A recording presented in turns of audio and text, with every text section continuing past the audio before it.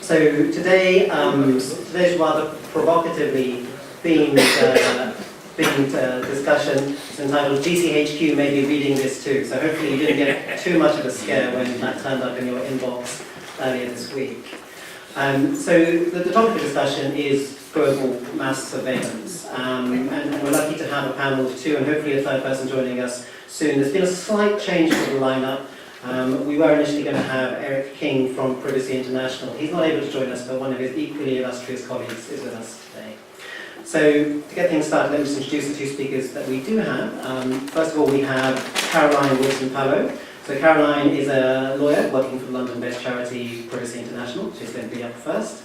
And then next we have Nafeez. So Nafeez is a journalist, an author, and an academic. And amongst the papers he's written for, they include The Guardian and also The Independent. So, without further ado, I think I'll pass it over to Caroline. Great. Thank you for inviting me to speak here today. Hopefully I can give you a little bit of an introduction. Thank you. Can everyone hear me at the back? Yeah? Great. Hopefully I can give you a little bit of an introduction to the state of surveillance as we currently know it, both here in the UK and a bit globally in 2015. Now, as some of you might have suspected, the last couple of years have been pretty exciting for those of us who are dealing with surveillance and the legal issues that surround it, because of course we had the Snowden revelations in June of 2013, which is actually about a month after I started my current position. So this has been a lot of what I've been doing for the last 2 years. And they have informed a lot of what we've learned over the last 2 years and a lot of government reactions to the different lawsuits and actions that we have taken. So just to give you a brief summary of a bit of what we've learned thanks to Edward Snowden and some of the surrounding controversy that he's caused. The first thing with regard to the United Kingdom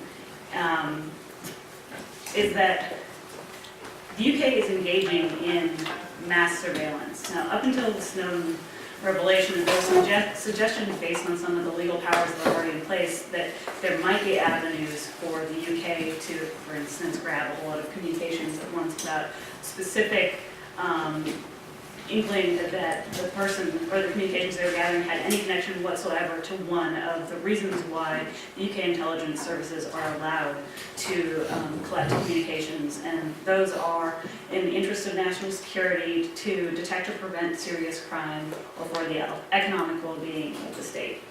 Well, up until Snowden, again, like I said, we thought maybe not, they're gathering communications on a mass scale. Turns out they are. In fact, what's happening is, we think, under a program called Tempora, which has also been in the Snowden documents at times referred to as Mastering the Internet, part of the Mastering the Internet program. They tap into these giant cables that run all throughout the world that carry our communications between continents, and a lot of them happen to run through the UK. They're able to tap into these giant cables and capture essentially everything that's going through them. And they will hoover up all that information for a few days and then presumably, so they say, discard a portion of it and keep only what they really want. That means that essentially anyone who is using a modern communications mechanism, like for instance Gmail or Facebook or something like that, likely has had their communications captured at some point, because they're all going through these giant cables, these giant pipes, since a lot of those service providers have servers and other mechanisms for sending their communications in the US or in other parts of the world. So one thing we've learned is that this mass surveillance is happening, and one of the questions we'll get to a little bit later is, what can we do about that? The second thing we've learned is that the spies are getting much more sophisticated in the ways that they're carrying out surveillance. And one of the main mechanisms they're starting to use now is less the old tapping into cables, even though they're capturing everything at once, and more targeted hacking. And this is an example here of the types of hacks that they're carrying out, or what we also call computer network exploitation. What they are doing is trying to get at encrypted information or other information that it's hard to access when you're just tapping into a communications cable. And so, for instance, one of the Snowden revelations was that they were likely hacking into Belgacom, which is a Belgian telecommunications provider, so that they could actually get into the networks and then by getting into the network, then access any of the communications that were being sent over the network, potentially undermining any encryption or other protections people were putting on those communications. So this is pretty big news, especially because in the last couple of weeks, the UK government actually officially admitted that its intelligence services are hacking. They haven't admitted to anything like the fact that they hacked into Belgacom, but they are now proposing a code of practice to regulate this hacking activity. But of course, it's just as permissive as you might expect and allows them to do pretty much anything they want to, especially if they're targeting someone who is outside of the British Isles. So, mass surveillance hacking. Those are the two big issues we're now trying to deal with in surveillance front.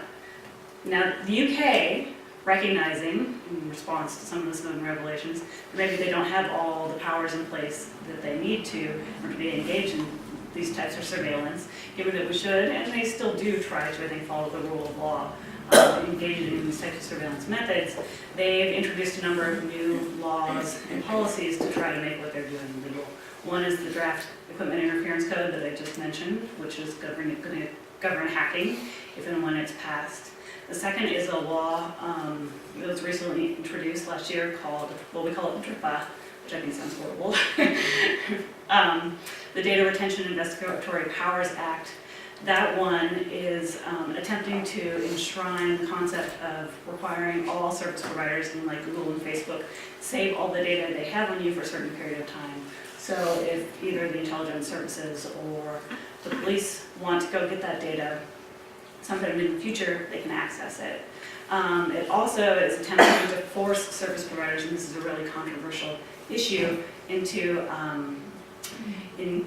providing data that might be stored on a server in another country, so to the UK, if the UK issues a warrant for that information, even though it's not within the UK.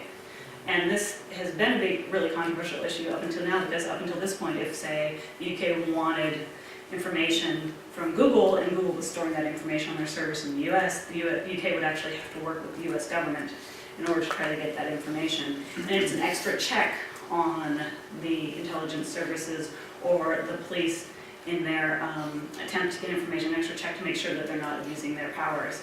But they're trying to circumvent that by just being able to go directly to the service provider here in the UK. That act was passed temporarily, and we're now fighting to beat it back, especially because there was a legal case that came down in the European Union just last year that said that data retention practice, the first half of the act, is actually illegal in the European Union, and why the UK is trying to implement it again is a good question. Finally, you may have heard calls shortly after the attacks in Paris for an end to encryption. Cameron has said that it's no longer acceptable for anyone to have encrypted communications because the intelligence services and the police need access to everything. Obviously, we're pretty opposed to that idea, and we're seeing them push more and more for that capability to get around encryption, which includes hacking. Hacking is one way that they can get around encryption, because they can just access your computer directly. They don't have to attempt to access your encrypted communications. They can see you typing them in the first place before the encryption is ever applied, which is why hacking is a pretty troubling activity for the intelligence services to engage in. So the last big thing, or category of revelations from Snowden, I guess, would be around intelligence sharing, and this is between nations. So there's an alliance called the Five Eyes, and that's an alliance between the United States, the UK, Canada, Australia, and New Zealand. It was formed shortly after World War II due to the intelligence sharing that occurred during World War II. And since then, it turns out, they've been doing a lot of intelligence sharing and joint operations together. Now, one of the really interesting things about this alliance is that they tend to share almost everything, and it's entirely secret, so we don't really know what's going on. We don't know if they're providing any human rights protections in the course of sharing this information. We don't know if they are actually protecting their citizens in the way that their national laws are supposed to. For instance, in the UK, you're present in the UK or you're a UK citizen, you're supposed to receive certain additional protections beyond what the UK claims it would provide to the rest of the world. But if the US doesn't owe you those same obligations under their national laws, unfortunately, and so maybe they are collecting your information and just handing over to the UK, which would completely circumvent the UK protections. Now, one of the major ways that they're sharing this information is through a program called XQ Score. Just to give you a little bit of the jargon here, the different programs that have been revealed. And XQ Score is essentially a giant database into which all 5 of these countries are feeding information from their hacking activities, from hoovering up all that information, from those transcontinental cables that we're talking about, all goes into one database and it's accessible. With some qualifications, I should say. So what are some of the additional programs that we've learned about that are sort of central to the intelligence sharing? Well, one of the first ones that actually came out when the Snowden revelations began is PRISM. PRISM is the US program that allows the US to gain access to information obtained by certain service providers like Google, Facebook, and others. And then once they have access to that information, and it's a very low bar to ask for that information, especially if it pertains to someone who's not a US citizen, then we've learned that they are sharing it with the other Five Eyes nations. And that's actually one of the few things that's been confirmed. Most of the Snowden revelations are subject to the UK's neither confirm nor deny policy, which means that for presumably protecting national security, they won't say that they're actually engaging in any of these activities. So we don't know for sure that this is going on, although it's suspected. PRISM is one of the few things that's actually been confirmed because the US confirmed that it was an operation, and confirmed they were sharing data with the UK, so the UK has had to admit as much as well. Another one of the programs, just is an interesting one to show you how far they're reaching, is a program called Muscular. And so they have this legal program under US law where they can go ask service providers for information, right? And it's pretty broad, the mandate for getting information. Yet they decided at the same time that wasn't enough. So they decided they find a way to hack into the servers of these companies, Google and Yahoo in particular, by finding a weak link in between how the information was sent between their servers. And they had that as a backup, just in case they couldn't get it through these other legal methods. Another couple of programs, Turbine and Quantum, again highlight the hacking, raciness of hacking. Quantum is their name for most of their different hacking programs that are pretty specific to different functionalities. And Turbine is the program that we think being developed to hack on a mass scale. So talk about how hacking is pretty intrusive. You can get into your computer, you can do pretty much, they can do anything once they have control over your computer, including, for instance, switching on your webcam. They could be taking a video right now. They could look at some documents stored on your computer, your diary, something that you never meant to make public or to send, so they wouldn't necessarily be able to capture it if they were, say, trying to capture your emails or communications that you were sending out. And they're attempting to do this on a mass scale just in case they need information. A program called Turbine. And finally, what was news just a couple of weeks ago was the hack into Gemalto, which is a large provider of a variety of different services, but including making all those SIM cards that are in your cell phones, those little tiny microchips that contain your phone number, a lot of the other identity information on your phone. Well, it turns out that Gemalto manufactures those and also puts the encryption on them. And there are giant, long lists of encryption keys for every single SIM card that's sold by a lot of the major providers, including EE and others. And those long lists have to be provided to EE when it gets the batch of SIM cards bits. Well, the NSA and GCHQ were going after those lists. So that means that normally your cell phone communications when you use your EE service are encrypted. It means they can't just be captured by anyone who wants to listen in on them. Well, if you have these keys, encryption keys from Gemalto, then you can decrypt all those messages and hear whatever you want. This allows GCHQ and the NSA to not only hear any information they want going forward, but also take communications that they might have captured in the past the more encrypted, and decrypt them really easily, as opposed to spending a lot of time and effort trying to crack the encryption codes. So another really interesting example of how they're using their hacking power, all of which they're trying to authorize through that new code that was just introduced. So why do we care about this? Well, obviously, being at Privacy International, I care about it because I think privacy is pretty important. It's not only important in the sense that it provides us a space in which to develop our own personhood, but it also undermines or undergirds a lot of, not undermines, a lot of the other important fundamental rights that we have, such as personal liberty, dignity, and free expression. Think about it, if you knew that someone was watching what you were saying every single moment, you might think twice about what you're going to say, or what you're going to write on your computer, or say around your computer when the webcam might be on. So if we feel like we're constantly under surveillance, we're likely to change our behaviors. And then also, we live in societies that should be governed by the rule of law. And that rule of law includes the idea that what governments are doing in our names is transparent. And so the fact that they are trying to, up until this point, seem to have been stealing a lot of these activities, at least on a policy level that they certainly should have and can introduce to us society without undermining national security, is pretty troubling. And it's important now to make them account for that. So I've talked a little bit about it, but some of the problems that we're seeing and that we're fighting at Privacy International and with partners is this lack of sufficient regulations and safeguards covering these new techniques like mass surveillance and hacking. It's also, the very concept of mass intercepting everyone's communications, no matter what activities you're engaged in, which the vast majority of us are not doing anything that would ever need to bring us to the attention of the security services. Can that ever actually be illegal? And under European law, in order to violate the right to privacy, they need to have an important reason to do so, and whatever activities they're taking need to be necessary and proportionate. And it's that proportionate prong, that last prong, that we feel like mass surveillance can almost never meet. And then finally, as I talked about a little bit earlier, this international nature of the communication structure means that all those national laws that we're fighting so hard to put in place can actually be undermined when secret intelligence sharing happens and countries share information with each other, because they can just gather information about each other's citizens and then share them, totally undermining the national safeguards that we put in place.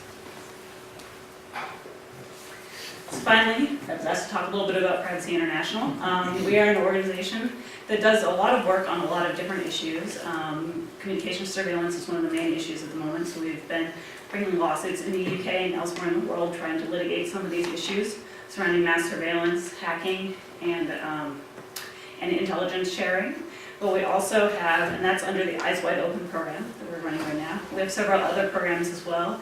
Big Brother Incorporated is attempting to illuminate and then fight against the sale of surveillance technology to abusive regimes around the world. Because while the NSA in the UK is developing a lot of this technology in-house, and a lot of these abilities and are probably ahead of the rest of the world, there are lots of large surveillance companies that are developing these technologies as well and willing to sell them to the highest bidder. And obviously that can just compound the human rights abuses we're seeing in some countries in the world if people can suddenly read every email that, for instance, dissidents are sending or human rights activists in the country are sending and listening to all their cell phone conversations. And then finally, our Global Arm and Global Privacy Agenda are two more programs that we run in order to attempt to work with organizations from around the world, since we are international, to help build up privacy standards in various countries, including Colombia and Argentina, Egypt and Tunisia, and India, a lot of other places around the world. Great. Thank you very much, Caroline. Thank you.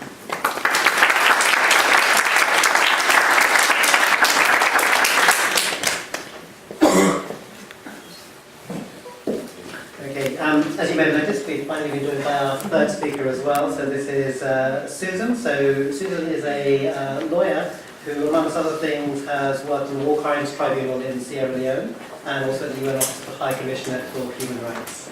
But before we have Susan on, next we're going to have Nafeez. Hi everyone, Assalamu alaikum. Yeah, thanks for City Circle for organising this little gathering.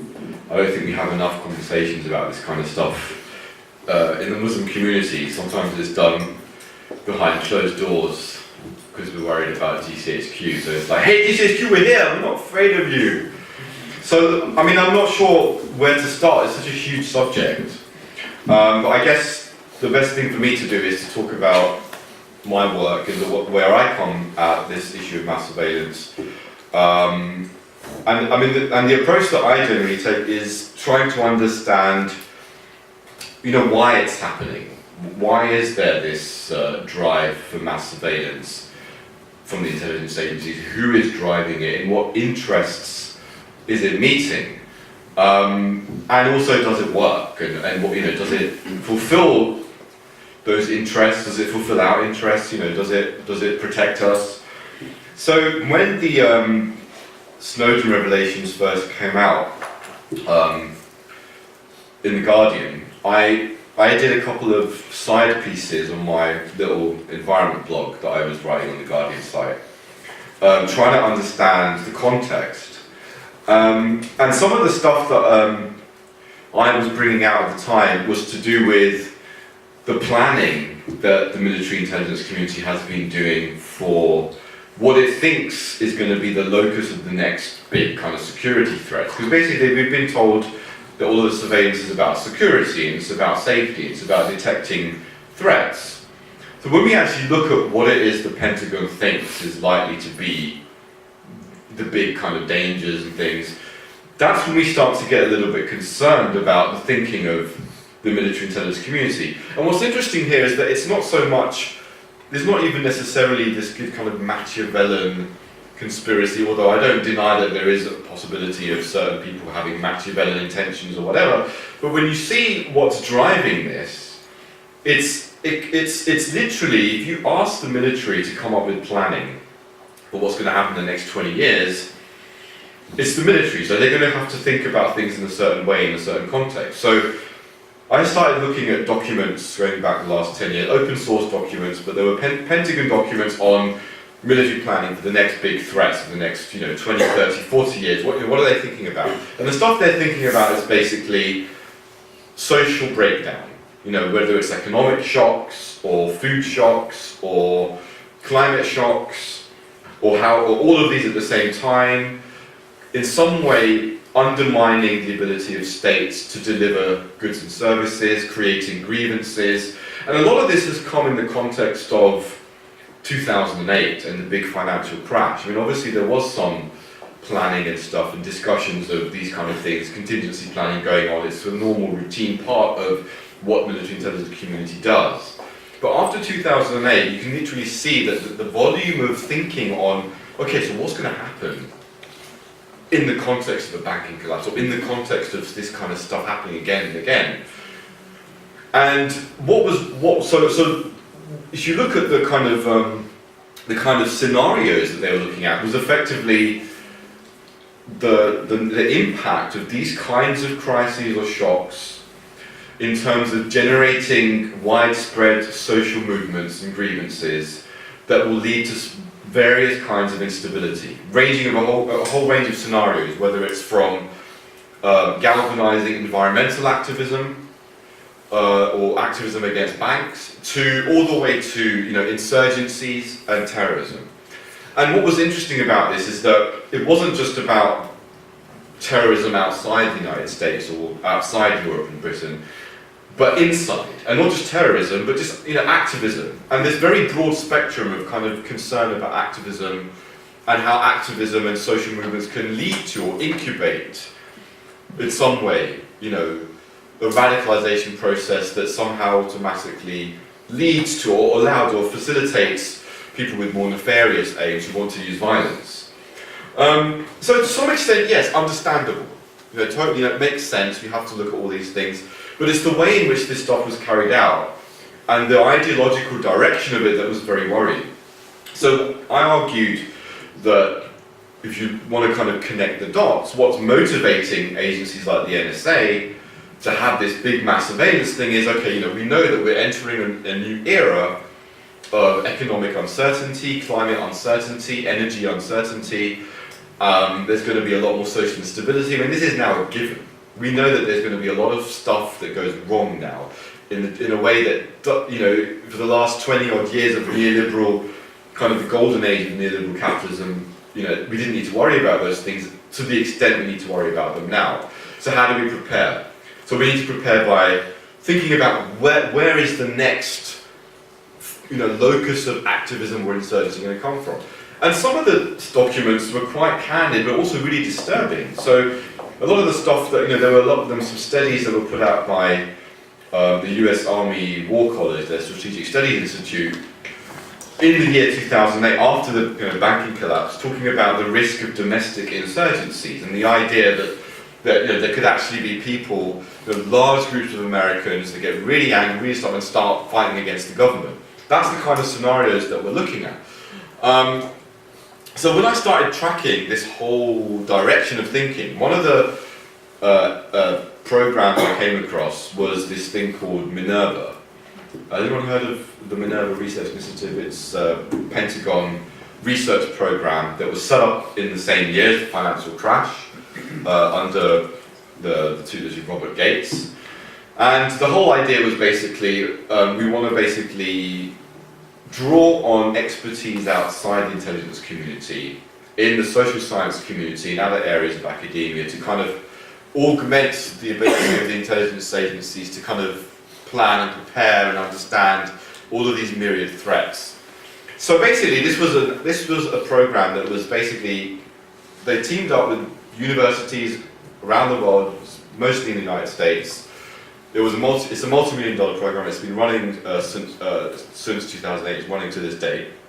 And basically, they would fund. It was kind of like a grant-giving body. They would fund research at various external agencies to basically, people would be able to do proposals on topics that they would solicit. And most of the topics were all about these kind of issues of the danger of insurgencies and threats like climate change and how they can galvanize social movements. And interestingly, they used language that was used as like social contagions. So social movements are kind of like a disease which can spread and then create movements. But what was really motivating a lot of this stuff as time went on were the years after 2008, where we saw the kind of domino effect with the Arab Spring and the toppling of client regimes in Egypt and Tunisia, which had been there for decades. Their stability was assumed, and suddenly it was like, whoa, things can get very hairy very quickly. This is a problem. How do we deal with that? So they wanted to understand, how can you get movements, social movements that get so rapidly fast, organizing on social media, motivated by grievances, that can topple our friends, and in such a way that we don't know what's coming. We need to be able to prepare for this. That was the essential dynamic. But what was really worrying about it was the way in which they conflated non-violent political activism with terrorism. And there was one group that was being run out of the Naval Postgraduate Institute, and it was just absurd. I mean, the definitions that were being used were so poor. Any social scientist worth their salt would have said, this is ridiculous. And it was basically just like, so they had, one of the projects was, we want to basically do research on non-violent, political activists. And then they defined non-violent political activists as supporters of political violence. And they wanted to understand how people who were non-violent activists could become gateways to terrorism. And the way they wanted to do that was to understand how you get some people who are getting involved in political violence, broadly defined. I mean, so broadly defined that you're talking about civil disobedience being a form of terror. I mean, if you look at the way in which terrorism is defined now, it's basically, any form of action to influence government policy that could cause some kind of damage to property. So if you sit your ass down outside Downing Street, you might actually be threatening damage to Downing Street, and you could really be a terrorist. And that is literally the way the law is being applied now. So what I was worried about was how this kind of really shoddy research, however, some of it might be well-intentioned, some of it basically pure neoconservative paranoia. It was basically kind of demonizing, all kinds of non-violent movements and seeing them as potential threats. One of the scenarios that kind of gives an example of how crazy this stuff is was they had a scenario in the United States where it was like there was a coal-fired plant in, I can't remember where it was now, it was a coal-fired plant in some river in America, and the scenario was that you had this perfectly peaceful environmental group, the Sierra Club, doing activism, and then somehow it would get hijacked by these militant guys who were like, we're gonna, explode the coal-fired plant, or some crazy scenario. And this was a war game that they ran, and the war game was all about, on basically U.S. soil, having a military operation, effectively a counterinsurgency operation, to monitor this group and somehow infiltrate it in order to prevent these militants from doing this crazy action against this poor little coal-fired station, because that's what the Sierra Club is.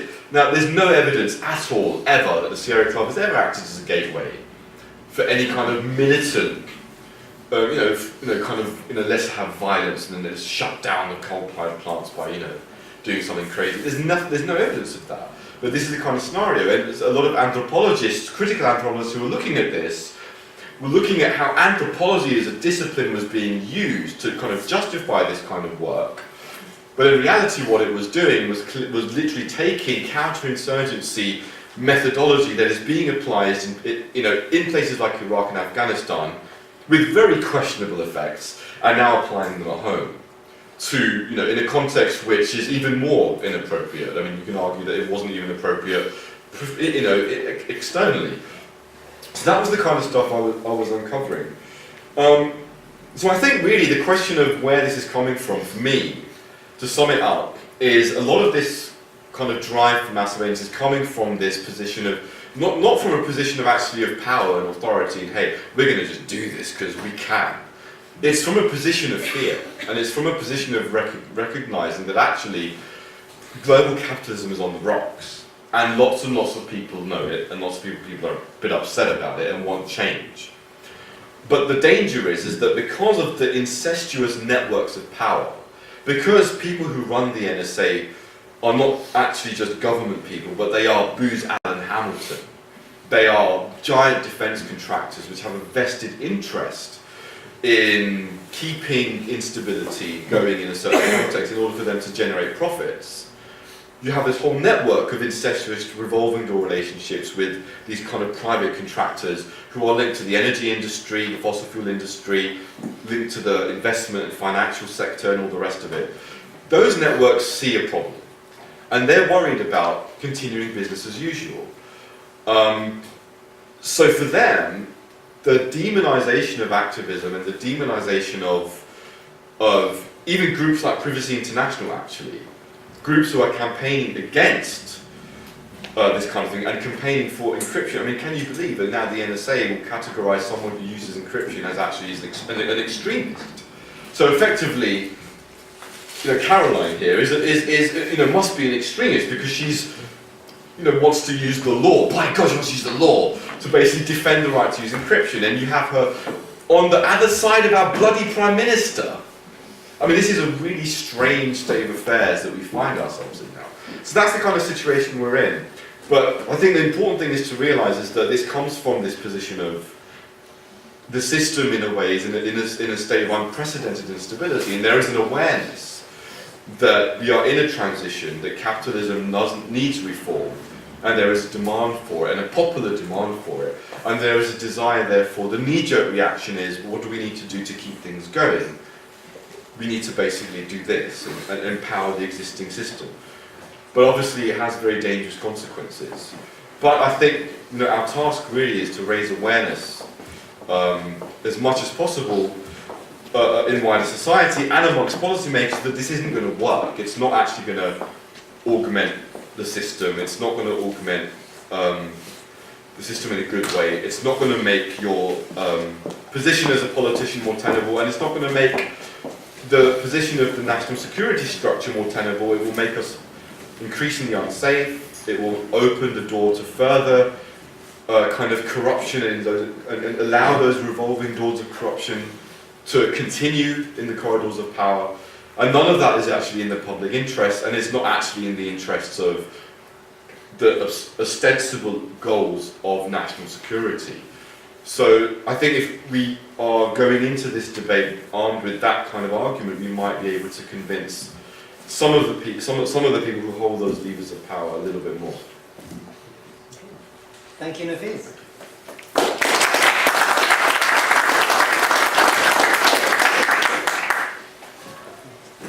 And for our final speaker of the evening, Susan. Thank you. I'm so sorry for running late. I was doing a trial in Brighton and unfortunately I just finished quite late. Last time I was here, thanks to someone that I met here, I later got invited to address the Society of Asian Lawyers to do a debate in which I represented the state of Israel. So thanks for that. I suppose it remains to be seen what comes out of tonight, but it can't be any stranger than that. Last time I was here, I was only an American citizen and not a British citizen. So speaking of nonviolent political activism, at that point my application to the Home Office was still pending, but now it's been approved, so I can say whatever I like. I imagine that the most interesting part of this evening will be the conversations and the questions that flow afterwards. I, for my own part, would like to hear what you have to say about recent revelations about journalists being targeted relative to surveillance, because I think that's a particular concern and obviously it affects you a lot more than the rest of us. As has been said, I'm a lawyer by training, and so that's the angle at which I come to these issues. What I would like to do is just give you a couple of examples of surveillance that are probably obvious to you, the first being CCTV and the second being drones, and walk you through a bit about the legal mess and what is remaining, I would say, a political mess in both of those arenas. And I would go so far as to say that I can address you from the perspective of insurgency within a British context rather than going on the other side of the world. My background has been doing a lot of work in Northern Ireland in particular, and so I'll draw on those examples a bit, just because they're a good reminder, again, that these issues are much closer perhaps than we'd like to imagine them. The CCTV example is the one that probably most of us are familiar with. You'll remember there was a big debate, and in the end, the government and our good friends running Prevent had to back down after having the brilliant idea to install CCTV cameras in particular neighborhoods, and I'll put it that way, in Birmingham, thinking that just being able to watch the comings and goings of individuals within those neighborhoods, not targeted individuals, but targeted neighborhoods, their ability to watch the comings and goings of individuals would be of interest to the government. In the end, they got so caught up in legal debates and political debates about the utility of this enterprise, the legality of this enterprise, that they ended up, you'll remember, the end to this story.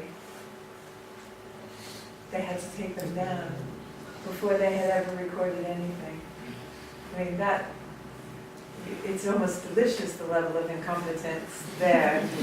When you look at the amount of money that was spent, it's just extraordinary. The one good thing that comes out of that, I would say, is that it was really the two-pronged attack of both the political and the legal challenge to what was being done, or what was, I should say, being proposed to be done. And I think we can all learn a lesson from what did work about that. I think perhaps the government's, one of its big mistakes is it wasn't very subtle. One thing that CCTV achieves that drones do not achieve is that CCTV is covert. In other words, is overt. It's pretty obvious that it's there. You'll know if you go on to the underground, if you go on to into a pub, if you go into lots of different places throughout the country, there are signs telling you that you're under CCTV. Has anyone noticed anything interesting about what else the signs say?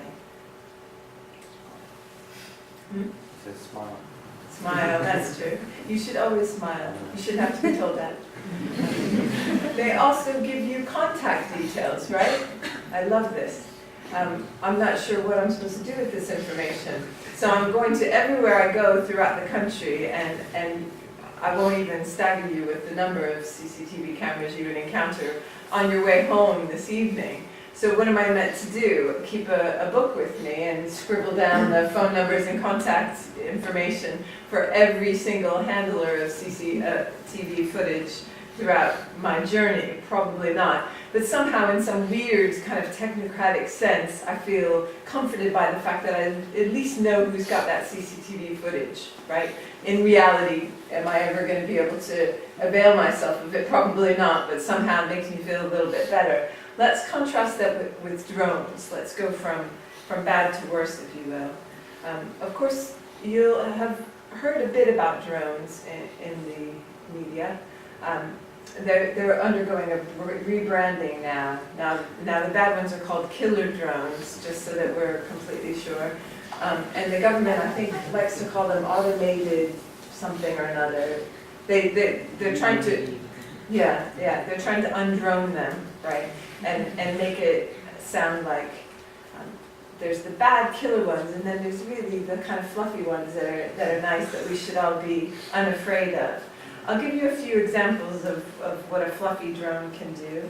And for sure, some of them do really extraordinary things. So for example, you can have a drone that's the size of a mobile phone, a tiny mobile phone, that can go into a burning building and tell you where potentially you're getting closer to the source of the fire, or a building that's obviously not fully in flames, but one that's at the beginning or the end. There's a lot that can be done relative to looking at erosion and dealing with kind of border issues. So I won't come here and say that there's nothing legitimate that can be accomplished with the use of drones, nor would I say that the government would always have an agenda. I think I'll come back to the kind of example you gave of the power/fear thing, because twas ever thus. I think that's the source of power. I think power depends on fear that you're able to respond to. But I think the more worrying parts about drone technology relate to the same thing that makes them brilliant in certain contexts, which is that they're really small, and therefore the big difference between drones and CCTV is what? You don't even know they're there. That maybe you block out the CCTV notices everywhere, but at least the government requires us to put those notices up and be told. When it comes to drones, that's absolutely not the case, because the difficulty, of course, is that drones are very quiet, they're very small, they can go outside not only our hearing, but also our line of vision, and they can do it for a long time on very little fuel. So the difficulty is how to take the good and put the potentially bad in a different category. Of course, as a lawyer, I'm going to look at this in terms of examining the legal framework. So in other words, what does the law say to control it? What kind of limits are there placed on the use of drones? Obviously, I'm not worried about fire erosion. There's an example, you may have heard about the Investigatory Powers Tribunal, a famous little tribunal of late, that finally did for the first time make a decision against the government, so that was refreshing. But before that, the previous claim to fame was coming down on the good people of the Council of Poole, you'll be aware of them as a major threat. And what they were doing was using drone technology to follow students who were enrolled in schools that they thought were living somewhere else. So they thought, this is what we'll do. We'll dispatch our drones and we'll follow the kids as they go home, because, I mean, what else is the council for? And they finally did it enough that they found a family of 5 people, kids, all of them going to school, and they shouldn't have been. So that family thought, wait a minute, possibly you've gone too far here. We're not experts. This was a few years ago before drones were kind of in the headlines, but they thought, I don't know, sounds a bit like a cannonball coming after a fly, so we're going to make a complaint to the Investigatory Powers Tribunal. And in fact, they were successful, and the IPT, for the first time in their history, said, now wait a minute, I think you've gone too far. And the good thing is that because there were 5 different students involved in it, that meant it was 5 victories. So from then on, the Investigatory Powers Tribunal could say, we found against the government 5 times. Which, okay, all right, yeah, bringing the government to its knees. But essentially what happens is the legal framework makes a distinction between whether a drone is used, for example, for policing purposes or intelligence purposes. We'll act as though those 2 things are completely separate for the sake of this argument. And there's a big distinction drawn between whether a drone is dispatched to do something in an overt way, in other words, in theory you could see it, you could know that it's being used, versus a drone that's dispatched for covert purposes, where it would be just about impossible for you to hear it, just about impossible for you to see it. I said I would talk about the insurgency within the British context, and that's my work in Northern Ireland. I was reading, as one does, the quarterly report of the Northern Ireland Policing Steering Committee, and I recommend it to you all. And I actually soldiered through to the very end and got to an article that said, oh, good news, the budget has finally been approved for the purchase of 4 drones to the cost of £2 million. And these days, that will buy you a lot of drones. There was once a time that wasn't much, but now it is quite a lot. And it said, we've got this approved, and we're going to use the funds, the drones, for traffic control, finding lost backpackers, and the G8 summit coming up, and some policing matters. Naturally, my attention was drawn to the last category, because I don't really think drones were purchased at the price of £2 million to save Northern Ireland from lost backpackers. And interestingly, if you want to run a drone, you have to be licensed. And the Northern Ireland Policing Commission did get a license for the drone, but it expired before the G8 summit, which makes me think maybe that wasn't what they were really after. So if it's not traffic calming, and it's not backpacking, and it's not the G8 summit, it leaves only one more category, and I think it's policing. And what they said was, we're just looking at these matters. We're not sure exactly how we're going to use them. So what I did was avail myself of what Tony Blair honestly calls the biggest failure of his government, wait for it, the Freedom of Information Act, which he considers a real regret. I won't comment on that. Yes, I will. I'm British now. He's an idiot. The Freedom of Information Act is extraordinary. And when you go to a meeting like this, and especially by the time the 3rd speaker rolls around, you're pretty close to losing the will to live. You want to take little nuggets in terms of suggestions about what you can do.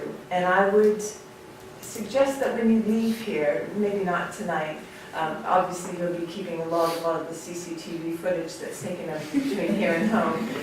But when you get home, take a look at the Freedom of Information Act. there are some really, really good websites that also enable you to, every time you make a Freedom of Information Act request, it basically logs that so that anyone can see what the response is to your Freedom of Information Act request.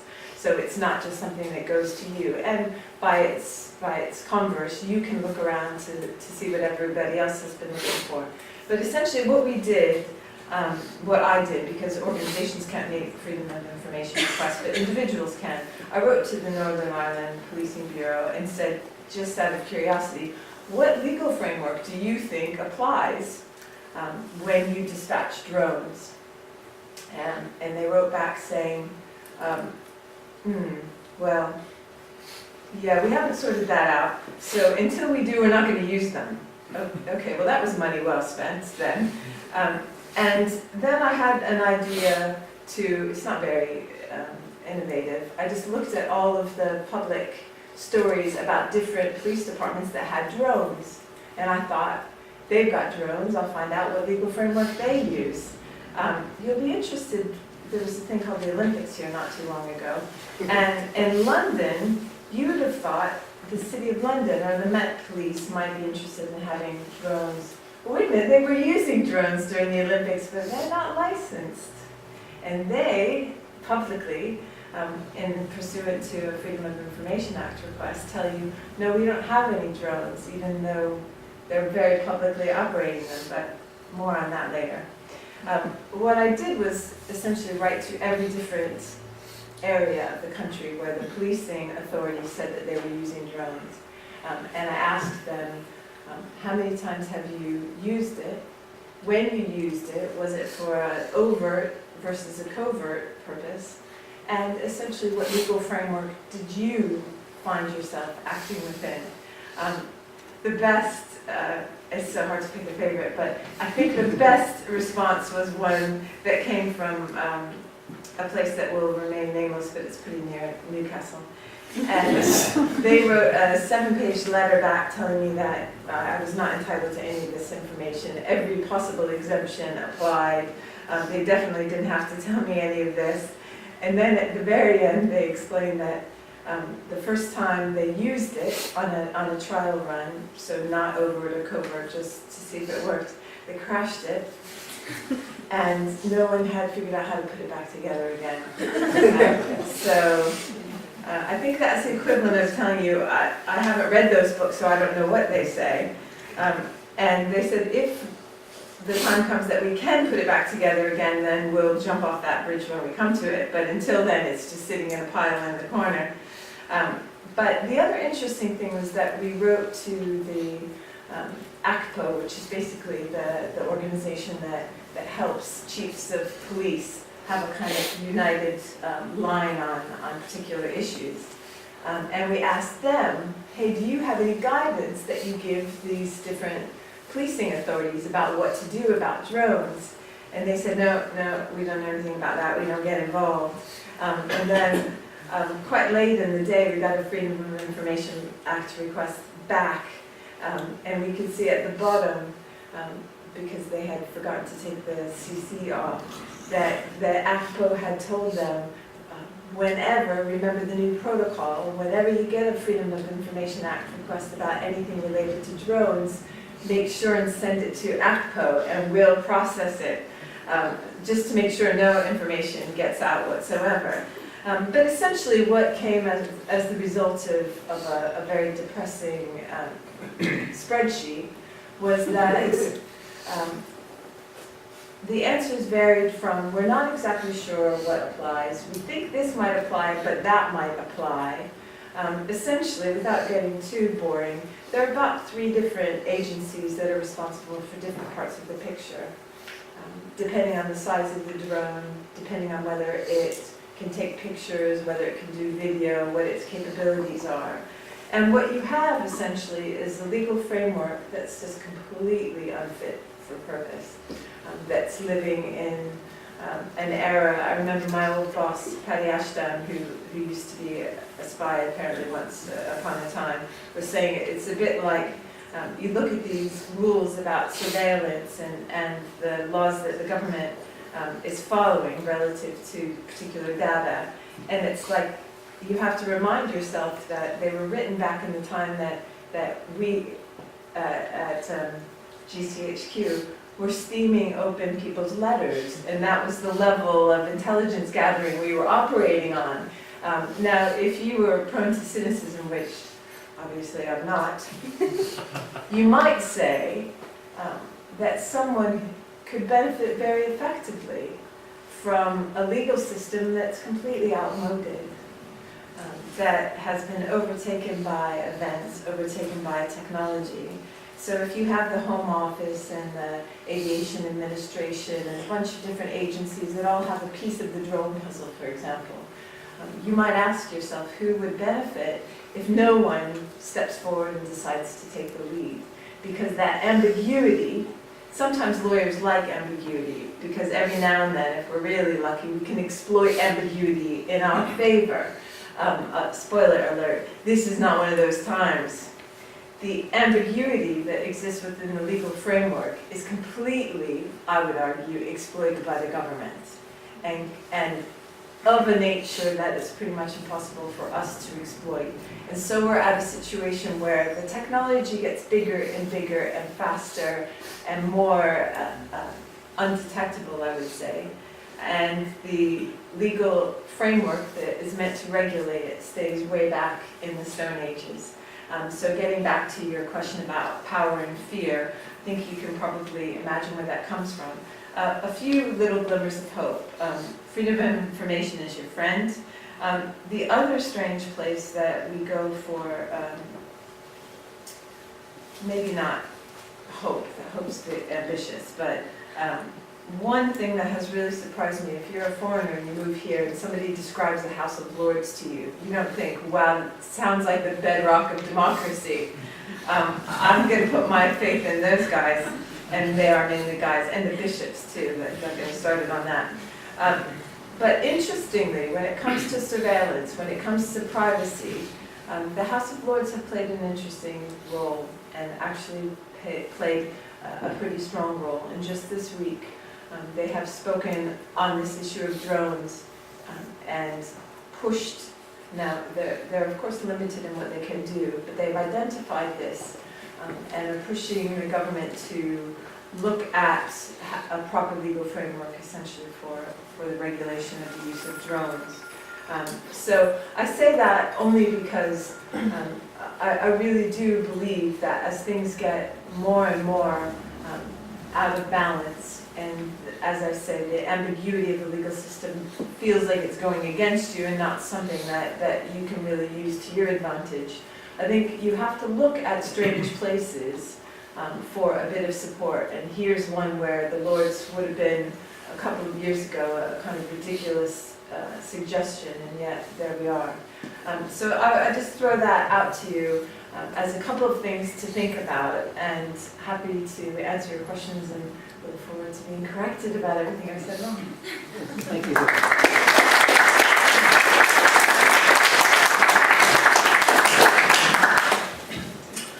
Okay, so before we open up the floor to questions, I thought I'd maybe get in with one of my own. Maybe I can direct this one to Caroline. How can we galvanise members of the general public or get them to appreciate the seriousness of these issues when some of these may seem rather academic and removed compared to, for example, the fear of terrorism or child abduction or all of these sorts of things that the police and security services may be able to solve with the help of mass surveillance? It's a really difficult question that we struggle with, actually. One of the biggest things that I think we try to explain to people is this really is now impacting everyone with what we understand about mass surveillance, with what we understand about the type of hacking powers they're trying to deploy. You know, all of our communications, all of our computers are potentially at risk, and it really, I think, does undermine our trust in the government when we think that we can be exploited potentially in that way, when through fear and other perhaps nefarious purposes that may be active within the intelligence services, you know, you could see abuses happening, like the famous example that I always bring up in this context is looking at Martin Luther King in the United States, where he was actually threatened, and they attempted to get him to commit suicide, the FBI and others, because of the surveillance they conducted on him, which seemed totally inappropriate. That's the type of effect that an invasion into privacy can ultimately have on people. Now, obviously, we're not all Martin Luther King, but you know, to the extent that we do want to take part in any sort of activism, or even just go about our daily lives, we risk having the state intrude, and that is a pretty scary concept, I think, if we don't try to push back and place limits on that, and that's what we're entitled to do in the democracy we live in. On a smaller scale of what you can do, one thing just mentioned, which was the fact that the IPT actually did, once again, the Investigatory Powers Tribunal, rule against the government, which is a rare thing. I think they've now done it. We've heard about 5 of the times that they've done it, it's now 8 over the course of their existence. And that was a case that actually we at Privacy International ran. And in response to that case, we are actually trying to ask people who might be interested in going to the IPT now and asking if their communications had been acquired prior to when through intelligence sharing, that intelligence sharing that I talked about earlier, the fact that the U.S. is collecting information and sharing it with the UK. The IPT declared that was unlawful prior to December of 2014. And so we've set up a site on our website called, you can go to privacyinternational.org/illegal spying. And if you'd like, sign up to add your name to a list of names that we're going to take to the court and ask about what has happened. And if your information has actually been collected. And that's a really concrete way potentially to see you know, if you're actually being impacted by this mess. Thank A you. little plug in there. Yeah, I've done that. I've signed up, so yeah. Yeah, excellent. Excellent. Good to hear that. So if anyone has questions, if you could raise your hand, and if you could please just try and keep your questions to the point, because we'll probably have quite a few to get through. We can start at the front here. What are the tangible prospects of the legal framework in both countries being updated with a timeline? Which initiatives are actually now being processed? Who would like to take that? Well, the Intelligence Security Committee was tasked with looking at this and making proposals. We've seen a bit of change in staff lately. Malcolm Rifkin was ultimately persuaded to leave his appointment there. And I think that probably will slow things down, but I don't think they were going at a breakneck speed before then. Having said that, I think I'm not as up to date with the American reforms. I think it's clear that they're well in advance of where we are in some ways, but at least they have the report that they're talking about, which is more than we had, but I'm sure you have more detail about that. Yeah, I mean, I think in the UK right now, the Intelligence and Security Committee is doing a report. David Anderson that's conducting that analysis. That may be something. One thing that I mentioned earlier is that they are actually trying to put out certain new policies and regulations, like the draft equipment interference code, the hacking code, that just came out on February 6th. So in some ways, they are actually trying to update laws and policies to allow for these activities, not necessarily to circumscribe them. Yeah. Because they realize, in part due to some of the lawsuits, that it is unlawful to operate in complete secrecy. There need to be rules and regulations according to the European Convention on Human Rights that control these types of activities. And when technology has outpaced these laws that were passed, I mean, RIPA was one of the most recent, which covers interception of communications. That was in 2000, right? So it's 14 years old. When the internet was still, you know, much less sophisticated than it is now, and when the intelligence services didn't have the capacity to tap into an international cable and hoover everything up. although I may have anticipated that because it's one of those provisions in RIPA that are relying on, one of those ambiguous provisions to now justify that type of activity. But so some things are happening in the UK. Problem is they're doing it through things like draft codes of practice. It sounds horribly boring, right? And it is pretty horribly boring when you read it. And so it's flying under the radar, and this particular code has been introduced. It goes through a consultation, and then Parliament has to approve it, but it's not the normal statutory process where there'd be debate in public more than in this public consultation that we've been given 6 weeks to do.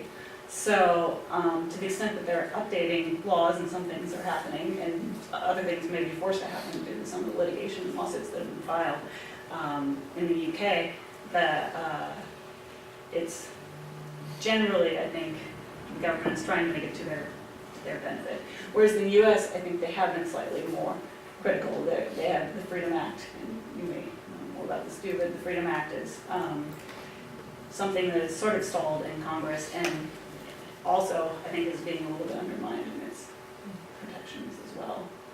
So, it's an interesting question. I think there's more movement now than there has been in the last decade, but what the timeline is going to be, I don't know. Are there other countries more advanced? No, I don't think so. Some countries are trying to, again, enshrine powers into their laws. They're trying to permit more surveillance. Not a whole lot are getting a lot of pushback. Who'd like to ask a question next? Yes, yes. Hi, sure. First, a quick comment. I think people seem to be quite surprised when Snowden came out with the revelations. I find it quite naive of people that they didn't realize these things were happening. I mean, kids were hacking into networks when back in the early 90s. All you needed to do to sniff a network is plug two needles, and and then you could read it if you had enough computing power. You could put the packets back, and then you can see what people were sending across the network. I mean, that was so easy to do. So it doesn't surprise us that governments that have loads of money could actually do this, or that they would have the intention. So I just find it like there are lots of other things that are happening, but I'm surprised that people were so shocked that this was going on. My question is it seems to me like the issue is not that governments are holding information on us. Like Google has a lot of my information, so does a lot of other organizations on the internet, and possibly we should trust those less than governments. Isn't the issue how that information could be used, rather than the information itself is held by somebody? Okay. The question of information collection versus what it's used for. Well, I mean, I'll just say something quickly. I mean, I think what's different about this is who is collecting the information. So when you sign up to Google, you're signing a contract, and most of us won't be asked to read the terms and conditions. When you sign up to Facebook, whatever, yeah. But at least you are signing a contract, and you know what you're getting into. You're signing an agreement. You know Facebook's going to have access to all your photos and blah blah blah. That's one thing, And yeah, it's not great, but it's something that within the consumer market, if someone says, forget that, let's create a different type of social network. Try and compete with Facebook or whatever. People can make a choice there. This is different. This is basically about governments taking information that should not be accessible to them. But that's the question. Why are you saying shouldn't be accessible? Because we haven't given them the consent. Well, I voted for them. I chose them. You didn't say that you can access government, whatever you believe, whether you think it's right or wrong. And in fact, even if you do no problem with it, the fact is that you did not give your consent for the government to be able to film you using your webcam while you might be doing something with your wife. Because exactly what is happening is we have now know that the NSA has actually got pictures of people on Facebook doing what they do when they're at home by themselves, with their family, with their wife or husband or whatever. Do you know what I mean? And it's like, but that's what I meant. So is it in the use, not in the collection itself? Because I voted for the people who. No, who is doing the collecting? So it's the government's GCHQ. What we're talking about is, we know information has been collected all over. This is a very, very simple thing. Where you have centralized intelligence agencies who are accessing our data held in trust with whatever private sector companies that are providing services, and accessing those willy-nilly without any sort of due processes. That's the problem. That's what, and what's kind of the problem with it is that one, it's been happening without us knowing. Two, when it did come out, James Clapper lied under oath. Nothing happened after that. It's okay for an official who basically is appointed by government that is re-elected. That's a different issue. That's a different issue. What's the different issue? It's a different issue from privacy. What's Right? the different issue for privacy? That's you said he lied under oath. That's a different issue. I mean, it's besides the point of. So your specific question is on whether there's any Yeah, collection of data versus how it's used? Yeah, well, why is it an issue? Like, you're not convinced from the conversation so far that government that I chose should be entrusted to protect me, right? It's like the government holding guns, right? It's allowed to carry arms to protect, its citizenry, right? Why is that an Yeah, but issue the point, versus I its think it's use? a simple thing of allowing whether you've allowed government to do that or not, and I think we've established that no one has actually said. But you knew that the government has a secret service that does all these I things. didn't know that. I didn't know. But you know the GCHQ We were never told exists. that the government has got the right to. They don't actually have the right, but that they've taken the right to take my information. I didn't give them that right. Neither did you, actually. I think there's, You may think you have, but you didn't. I think there are kind of two steps to the analysis that you want us to walk you through, if I'm understanding you well. Please. I think one is answering the question of, well, who cares if someone knows where my Oyster card has traveled today? But before we even get to that, your point about, well, I've elected the government and they're responsible for my security, etc. I think the issue is to talk about the European Convention of Human Rights in particular. When it comes to your right to privacy, again, this isn't something that's aspirational, it's the law that we signed up for under the Human Rights Act. It says that there are limits to what the government can do. So that's why he has a certain expectation and says, hey, I didn't expect that would be the case. Because what the law basically says is, yes, the government can do that, but there are limits to it. It has to be proportionate, essentially. The question is, when you've heard her describe in detail, I imagine, before I arrived, exactly what the capability is in terms of how much information can be gleaned about you.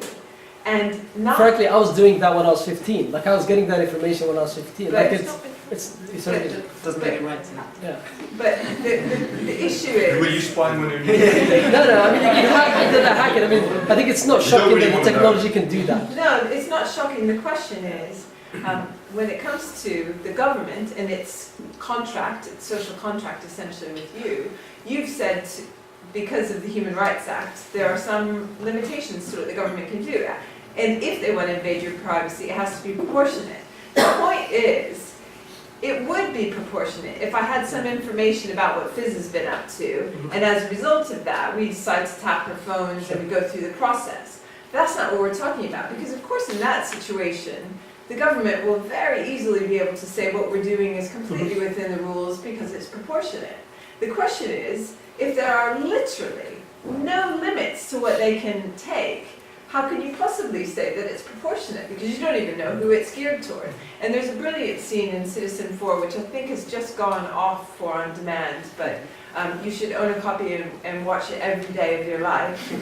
There's a particular scene where one of the kind of activists talks about how it's really tempting to be persuaded by the argument that I think you're talking about, which is that all this raw data of phone calls without any information and all of this, it doesn't identify me, it's not problematic to me that the government has it.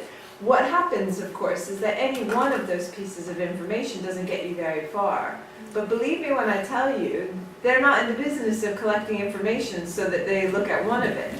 They interface and interlock all these different bits of information, which can give a very clear picture, so they say, of what you've been doing. Now, it could be misleading. It could be that it looks a certain way when it's not a certain way. But the point is that it's very easy to dismiss these things as no one's listening to me, talking dirty with my husband or whatever the ridiculous example is that people talk about. That's not the point. The point is that if they know they can interface what's happening in terms of how you spend money, where your Oyster Pass puts you, where CCTV footage puts you, all of this. Of course, it's not just you, it's who you come into contact with, who you see at mosque, who you see at this particular political meeting, who you see at this particular demonstration. I mean, there was a case that was before the appeals court just yesterday of a 91-year-old, completely peaceful activist who's never had any kind of conviction, and they're keeping all of his private data and taking pictures of him when he goes to meetings. And the Court of Appeal said, yeah, you can't really do that. You don't even have any reason to go after this guy. And in the UK Supreme Court yesterday, I mean, I'm paraphrasing this a bit, said, no, you probably can do that. And you're never going to find a better poster boy for doing nothing wrong than a 91-year-old that's never gotten a speeding ticket. So it just gives you an idea of how far the government's willing to push it. Okay, next question. Yeah, the lady back here. I just want to thank you all. It's been very interesting. I think one of the key factors that most people don't really understand is how much they have as a right themselves to know. I don't know how much my iPhone's gathering about me and who's accessing that. There's very little in terms of knowledge that the average person knows about themselves. It's what's being recorded about them. And they also don't know what their rights are. So you can talk about governments being good or bad, but actually, if I'm flying to Dubai, I don't know if my mobile phone's being picked up by the time I get off the plane and go to immigration. They've taken my phone and matched it to my face and know who I am. And I'm being monitored. There's so many things that happen when I'm travelling that I don't know about. Or there's things happening here that I don't know about. So if there is an aspect that I want to understand is what is anybody doing, or any body, as in not just the government, to help individuals understand what is being gathered about themselves and what they can protect themselves and how, and what they should be aware of. Okay, so would one of you care to speak about that? Where can people find out more information about what their rights are, what's being collected? Well, we are definitely trying to do a little bit of that at Privacy International. It is a difficult question, right? Because earlier Susan talked about the freedom of information. And when it comes to the intelligence services, at least GCHQ is specifically exempt. They don't even have to tell you, they can just write back and say, we're exempt. They don't even have to say we have a national security reason for not telling you whatever you just asked. We in fact sent them a Freedom of Information request asking for their cafeteria menu and the prices. And they said, we're exempt. Among other things, but that was one of the more absurd examples. And we're actually going up to the European Court right now to say that's maybe an unacceptable policy. But it has been difficult to find out, especially within the UK, what type of information is being collected, because these broad laws and powers that have been put on the books before are being utilized in new ways as technology evolves. But part of it is through the great reporting and that journalists are doing right now around things like spin revelations and taking that further. Part of it is organizations like Privacy International, Big Brother Watch, Open Rights Group, Liberty, who are trying to piece together all these bits of information. There are organizations in the US and other parts of the world that are doing that too, to say this is what we understand now is being collected, and then we're bringing lawsuits to try to force the government to admit that. Again, like I said, another of the big problems is that the government is using this neither confirm nor deny policy. And Sandy, when it comes to intelligence operations, again, on the basis that they say, well, we harm national security, to tell you even a little bit about what's actually happening. And so we're going to take that up to the European Court again and say that that's not acceptable, actually, because we, the public, have the right to know, at least at a high level, it's not going to undermine national security for us to know that you actually have this capability to hoover up all information, right? Because either people are going to presume that's already happening and change their actions accordingly, or or we need to be able to know and regulate it if it is happening. Thank you. Yes, sir. Yeah, in the middle.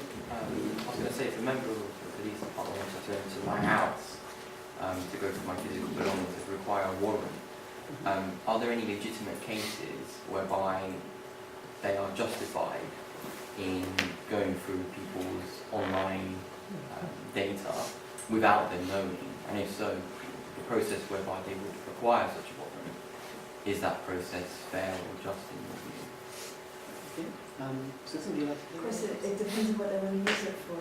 It's really the same as if they, if someone wants to pursue a criminal complaint against you, for example, that's why they would need a warrant, right? But if they want to just come in and put surveillance in your house, which certainly has happened, it's not under a regulated legal scheme, and the evidence that you would gather as a result of that wouldn't be admissible in court. But that's not the question. I think your question has two parts. One, if it's going to be used in an open, transparent criminal process, then of course there are rules they have to follow. The question is that what they're using it for? And that's why I remember a while ago when I was talking about police and intelligence, and for the sake of argument, we were going to act like they were completely different things.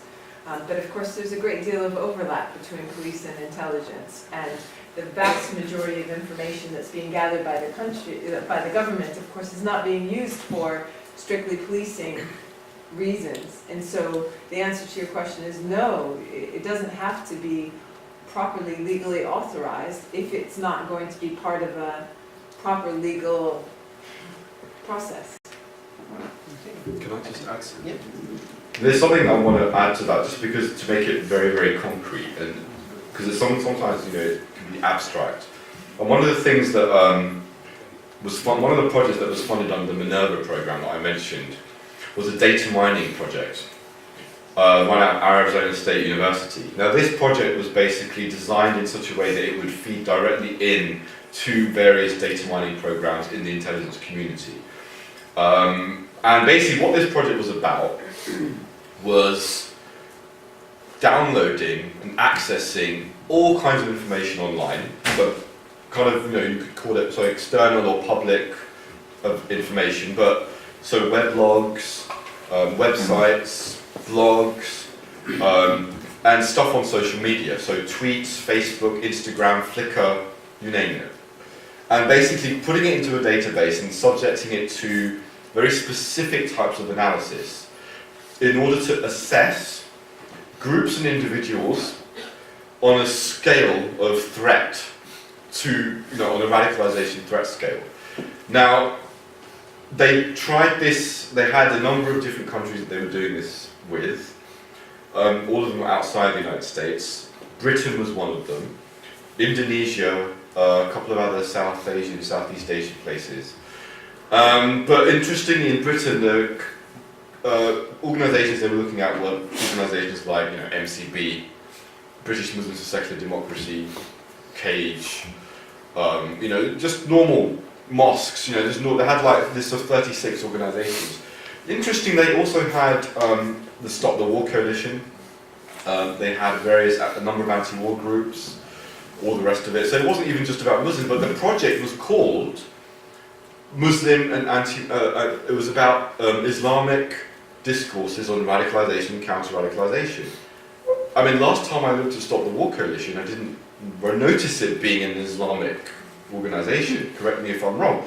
So there was this somewhat deceptive, dishonest component to the program. And what was really interesting was that the papers that were published about it, when I was going through them, I was reading them, and one of the guys who was apparently involved was a guy called Professor Sajjad Rizvi. Some of you may know him as a professor of Islamic studies at Exeter University. I was shocked. I was like, Sajjad, bro, you're my mate. What are you doing? What's going on? So I called up Sajjad. I'm like, Sajjad, what the hell is going on?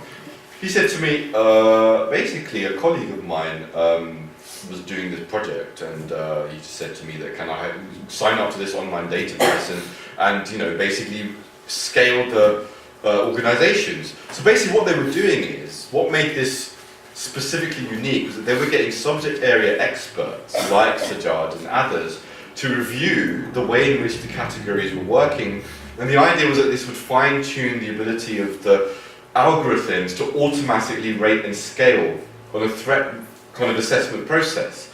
But what he said to me that he had serious reservations. Number one, he was never told this had anything to do with government in any way. So he had no idea until I spoke to him about it. Number two, he said to me that he said that the definitions that we use, as I mentioned before, were basic crap. This fluid definitions of radicalisation, not really having a clue, sociologically just messed up. And he said he raised these issues with his colleague. Clearly nothing was done about those issues.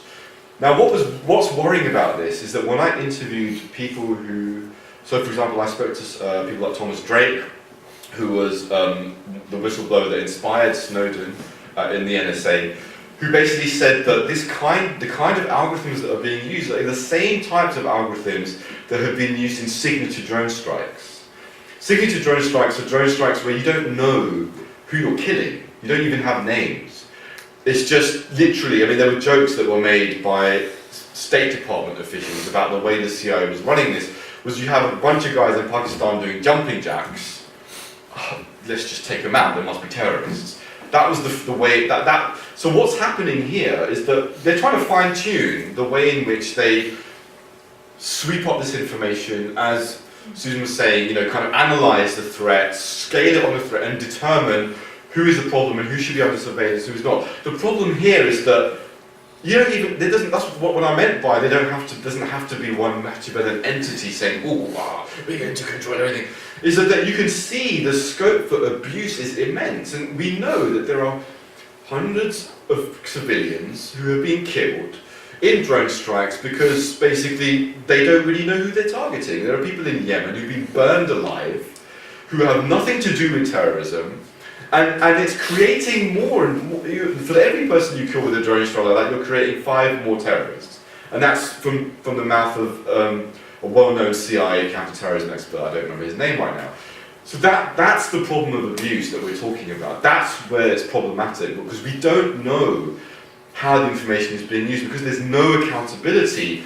It is being abused, and it's being abused in this way to supposedly do the right thing, but clearly we can see it's completely, at the very least, is utterly incompetent and very dangerous.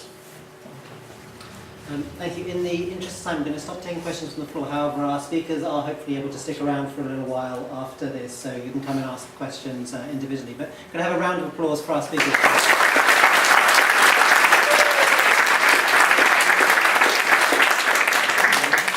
Just a few quick announcements before we finish up.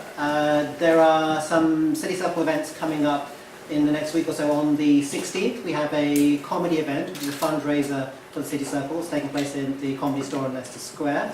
Then on the 20th, we have a talk on gender equality.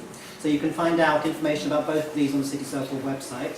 And then finally, for those of you who might want to go and grab a bite to eat after the event today, we do have a deal with the Beirut Cafe where for a £15 set menu, we will get £2 donated back to the City Circle.